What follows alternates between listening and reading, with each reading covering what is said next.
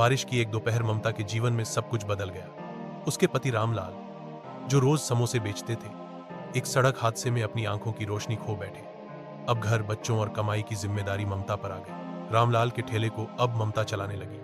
वो रोज समोसे बनाकर बेचने जाती, लेकिन समोसे पहले जैसे स्वाद वाले नहीं होते थे। लोग ताना मारते, पहले उंगलियां चाटते थे, अब तो फीके लगते हैं। ममता का मन टूटने लगा। एक दिन जब बारिश बहुत तेज हुई और कोई ग्राहक नहीं आया, तो उसके समोसे भीगने लगे। वो परेशान खड़ी थी कि तभी एक बूढ़ा ठंड में कांपता आया। बेटी, सुबह से मेरे परिवार ने कुछ नहीं खाया। ममता ने समोसे उसके हाथ में रख दिए। बूढ़ा बोला, ये मेरी बोरी रख ले, थोड़ी फटी है, लेकिन तुझे बारिश से बचा लेगी। इसे मेरा आशीर्वाद समझ।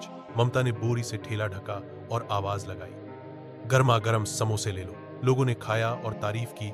आज तो मजा आ गया। उस दिन सारे समोसे बिक गए। ममता समझ गई ये बोरी सिर्फ कपड़ा नहीं, किसी भूखे का दिल से दिया आशीर्वाद है। कुछ हफ्ते बाद पैसे इकट्ठा करके उसने एक नई बड़ी छतरी खरीदी और बोरी को हटा दिया। लेकिन फिर समोसे बेस्वाद लगने लगे। बिक्री फिर गिर गई। कुछ दिन बाद वो छतरी चोरी हो गई। मजबूरी में ममता ने फिर बोरी निकाली और फिर वही जादू समोसे बिकने लगे। ममता ने बोरी को संभाल कर रख लिया, भाग्य की चाबी मानकर। दूसरी ओर सुशीला नाम की एक मां थी, जो लोगों के घरों में काम करके अपने बेटे गोलू को पाल रही थी।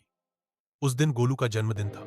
उसने कहा, मां, आज तुम्हारे हाथों के समोसे खाने हैं। पर सुशीला के पास ना पैसे थे ना समय। वो दुखी हुई, लेकिन फिर ठान लिया चाहे कुछ हो जाए, बेटे की ख्वाहिश पूरी करूंगी। 1 से 10 में सामान लाकर बस 2 समोसे बनाए, सिर्फ बेटे के लिए। खुद भूखी रही। गोलू ने पूछा, मां, तुमने खाया नहीं? वो मुस्कुराई, नहीं बेटा, तू खा। गोलू समझ गया, मां ने खुद कुछ नहीं खाया। वो बोला, अब तुम काम पर मत जाओ, हम खुद समोसा चाट बेचेंगे। सुशीला डर गई, पर बेटे के आत्मविश्वास से तैयार हो गई। उन्होंने समोसे बनाए, गोलू ने चाट लगाई और पहले ही दिन सारी चाट बिक गई। कुछ दिन बाद वही उसकी मालकिन नलिनी, जो उसे नौकरी से निकाल चुकी थी, उसी समोसा चाट की लाइन में खड़ी थी। अरे सुशीला, तुम? हाँ मेम साहब, अब खुद का काम है।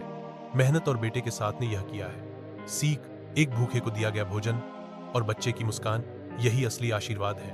कभी किसी के संघर्ष को मत आंको और किसी गरीब की मदद को मत ठुकराओ। शायद वही तुम्हारी किस्मत बन जाए।